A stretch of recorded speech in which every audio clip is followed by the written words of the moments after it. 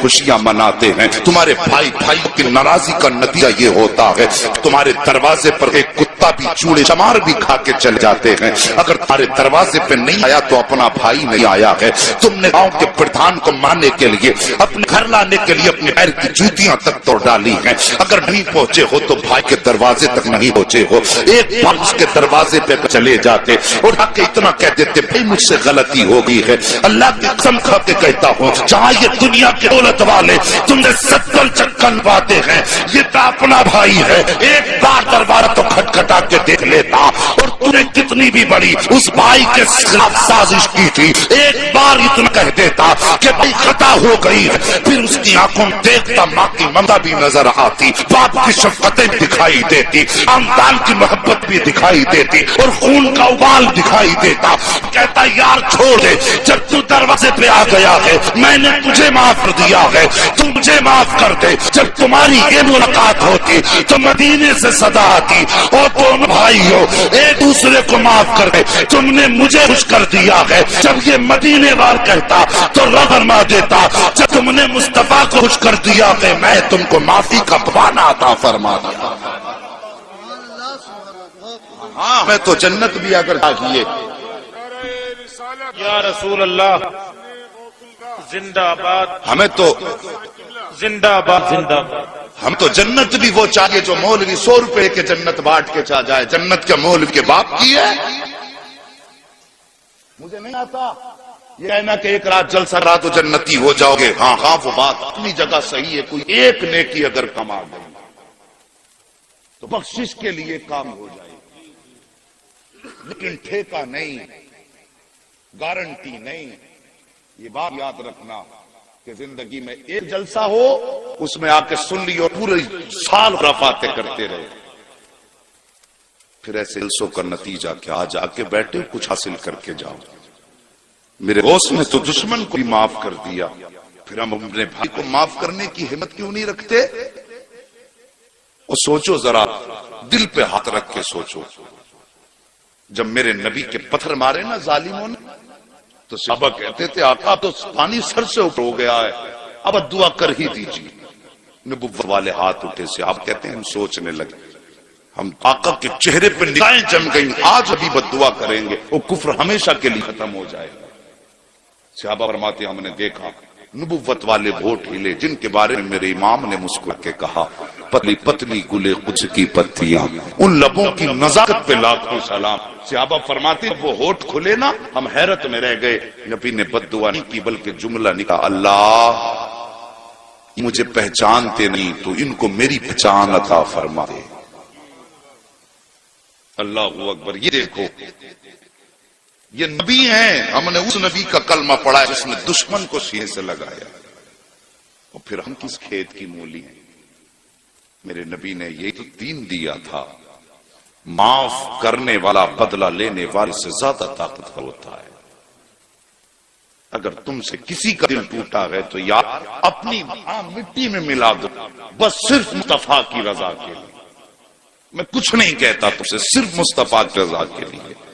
اور صبح کو جا کے دروازہ کھٹکھٹا دو. اگر وہ یہ بھی کہہ لیل تجھے شرم نہیں آئی, اتنا بے غیرت پھر بھی چایا دروازے پہ, تو منہ نہ بگاڑنا, مسکرا کے کہنا یار میں تیرے لیے نہیں آیا, میں تو مدینے والے مصطفیٰ کے لیے آیا. اتنا کہہ کے اپنی مٹی میں ملا دو. حضرت علی فرماتے ہیں اگر کسی بڑے کا ادب کرنے میں یا انکساری میں کسی کی عزت کم ہو جائے تو حضرت علی فرماتے ہیں وہ قیامت میں میرا دامن پکڑ لے. جھکنے والوں کو اللہ عزتیں کم نہیں کرتا بلکہ جھکنے والوں کو اللہ عزتیں زیادہ عطا فرماتا ہے. بات سمجھ رہے میری؟ ہم میں تو دیواریں بڑی اونچی اونچی ہو گئی. ایک بھیا اگر بن گیا نا ادھیکاری اور دوسرا بیچارہ ٹھیلا لگا کے بچے پالتا ہے تو ان کے بیچ بڑا فرق ہو گیا. وہ سوچ یار تجھے اللہ نے اگر ادھیکاری بنا دیا تو 60,000 یا 90,000 تنخواہ ہے تو سوچ وہی خدا کا چاہتا تو تجھے ٹھیل پہ لگا دیتا, اور جسے ٹھیلے پہ لگایا اسے اس پوسٹ پہ بیٹھا دیتا. پھر بتا تیرا کیا ہے اس میں؟ اللہ نے زندگی دی ہے, اگر امیر بھی ہونا تو غریبوں کو نہیں بکے چلو. میرے غوث پاک رضی اللہ تعالیٰ عنہ حج کے سفر کے لیے روانہ ہوئے. شور ہو گیا پورے بغداد میں، سرکار غوث پاک حج کے لیے جا رہے ہیں. آپ دیکھیے حضور حسن میں آئے، خبر ہو جائے حسن میں آ رہے ہیں، کتنی بھیڑ لگ جاتی ہے کہ نہیں لگتی؟ کہ نہیں لگتی؟ بہت بھیڑ لگتی. اور پھر اگر پتہ چل جائے تاج الشریعہ آ رہے پھر تو میدان چھوٹے پڑ جاتے. سوچو اگر تاج الشریعہ کا یہ عالم ہے، جب لوگوں کو پتہ چل جائے کہ بغداد والے غوث حج کے لیے جا رہے ہیں، کیا عالم ہوگا؟ بھیڑ لگنے لگی. اللہ اکبر. سبق حاصل کرو زندگی سے. بھیڑ لگنے لگی، بہت بڑا قافلہ ہو گیا. جب چلنے لگا تو ظاہر ہے پہلے کوئی ہوائی جہاز تو تھے نہیں، نہ بسیں تھی، چوپایوں والی سواری میں لوگ سفر کیا کرتے تھے. یہی تھا نا، سفر کرتے تھے. جب سفر کرتے تھے پیدل، پھر راستے میں پاؤں بھی پڑنا، یہ بھی ضرور تھا ٹھہرنا آرام کرنا. تو کچھ بستیاں راستے میں پڑتی تھی. وہاں لوگوں کو پتہ چلا غوث پاک ادھر سے گزرنے والے ہیں، تو پتہ چلا یہی قیام کریں گے. امیر نے اپنے اپنے گھر سجا دیے، انتظام کر دیا غوث پاک میرے گھر ٹھہریں گے. لیکن ایک غریب تھا، وہ سوچنے لگا، تمنا تھی کاش میرے پاس دولت ہوتی، میں اپنے گھر بیٹھا تھا غوث پاک، میں اپنے گھر بیٹھا تھا اگر میرے پاس دولت ہوتی. لیکن اب میں اپنے گھر نہیں لاؤں گا، کیوں؟ میں ان کے لائق نہیں، بس ان کا دیدار ہو جائے یہی بہت بڑی بات. لیکن یہ کہتا میں بیٹھا تھا، اچانک میرے دروازے پہ شور ہوا. یار دروازہ تو کھول. کہا بہن جیسی کھول کے دیکھا سامنے میری چوکھٹ غوث الاعظم مسکرا رہے تھے.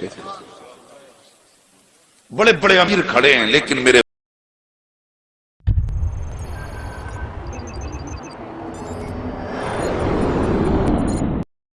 غوث نے غریب کے دروازے پہ دستک دی. وہ کہتا میرے گھر میں کچھ بیٹیاں تھیں اور جن کی میں شادی کرنا چاہتا تھا، انتظام نہیں تھا. اور مجھے ڈر یہ تھا غوث پاک کو ٹھہراؤں گا تو ان کے ساتھ لوگ بھی ہوں گے، ان کے کھانے کا بھی انتظام ہوگا. کہتا غوث پاک آئے، میرے گھر میں ٹھہرے. فرماتے ہیں پورا انتظام غوث پاک نے فرمایا کھانے کا ہے. آج نظرانے لینے کا تو رواج ہیروں میں نظر آ رہا ہے، لیکن دینے والا پیر نر. سوچو، خود سوچو، اگر میں غلط ہوں کیا کھڑے ہو کے دینے والا پیر. نذرانوں کا ایک تصور تھا پیروں کی بارگاہ کہ امیروں سے لیتے تھے، غریب کو دیتے تھے. اس لیے امیر کے دیتے تھے حضرت یہ نذرانہ. اب تو بھائی غریب بھی آگے کہتا نا حضرت 50,000 کم پڑ رہے ہیں بیٹی کی شادی میں، دعا فرمائے، تو پہلے ہی چھوڑ کے دعا کے لیے لے لیتا وہ سے. پہلے 50,000 تھے، اب وہ رہ گئے 49,950 غریب تھے. 50 اور کم ہو جاتے ہیں. مگر میرے غوث پاک اللہ قربان جائیں، ایسے دستگیر زمانے میں کوئی نظر آتا ہی نہیں. تیری نسل پاک میں ہے بچہ بچہ نور کا، تو ہے عین نور تیرا. سبحان اللہ. سب کو یاد ہے اللہ سے توجہ ہے. کہتا ہے میرے غوث پاک میرے گھر پہ ٹھہرے، انتظام کیا کھانے کا. اور پھر وہ کہتا ہے لوگ آئے، نذرانہ دینے لگے، نذرانہ دینے لگے. کہنے لگا انتظام سارا غوث پاک کا تھا، لیکن میری بستی میں میرا چرچ ہو گیا. لو اس نے غوث پاک کے سارے ساتھیوں کے کھانے کا انتظام کیا. کہنے لگا دیکھو کام ان کا تھا، نام میرا ہو گیا. اللہ اکبر. کہتا ہے جب سارے لوگ کھا چکے، رات گزار، صبح چلنے لگے، میرے غوث نے مجھے بلایا اور بلا کے فرمایا ذرا قریب آ، اور سینے سے لگا کے کان. کہنے لگے بیٹی جوان ہے، انتظام نہیں ہے شادی کا. بس اتنا کہا تھا غوث پاک پہ جتنا بھی نذرانہ مریدوں نے دیا تھا وہ سب اٹھا کے میری گود میں ڈالا اور فرمایا جا جا بچیوں کا انتظام کرا دے. وہ کہتا بظاہر تو تھوڑا تھا، لیکن اللہ نے اتنی برکت دی کہ میری بچیوں کی بھی شادی ہو گئی اور